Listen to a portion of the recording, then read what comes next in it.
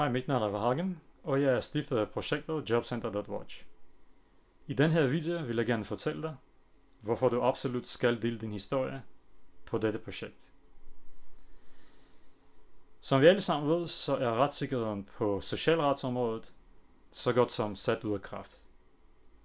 Systemet er designet til at give sig selv ret, og man kommer ikke særlig langt med klager.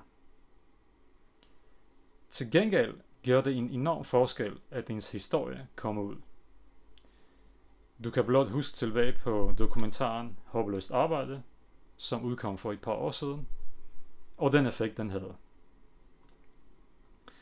Lige nu har vi en lille gruppe aktivister, som kæmper for retssikkerheden i forskellige Facebook-forer og hjemmesider.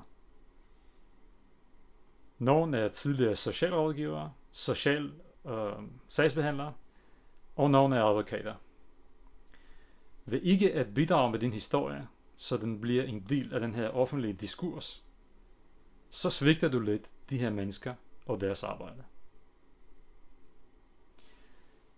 Derfor håber jeg, at du vil kontakte mig på den her adresse, som jeg angiver nedenunder, hvis du har en vigtig historie at fortælle. Den fortjener at blive hørt. Det var det fra mig. Ha' en god dag.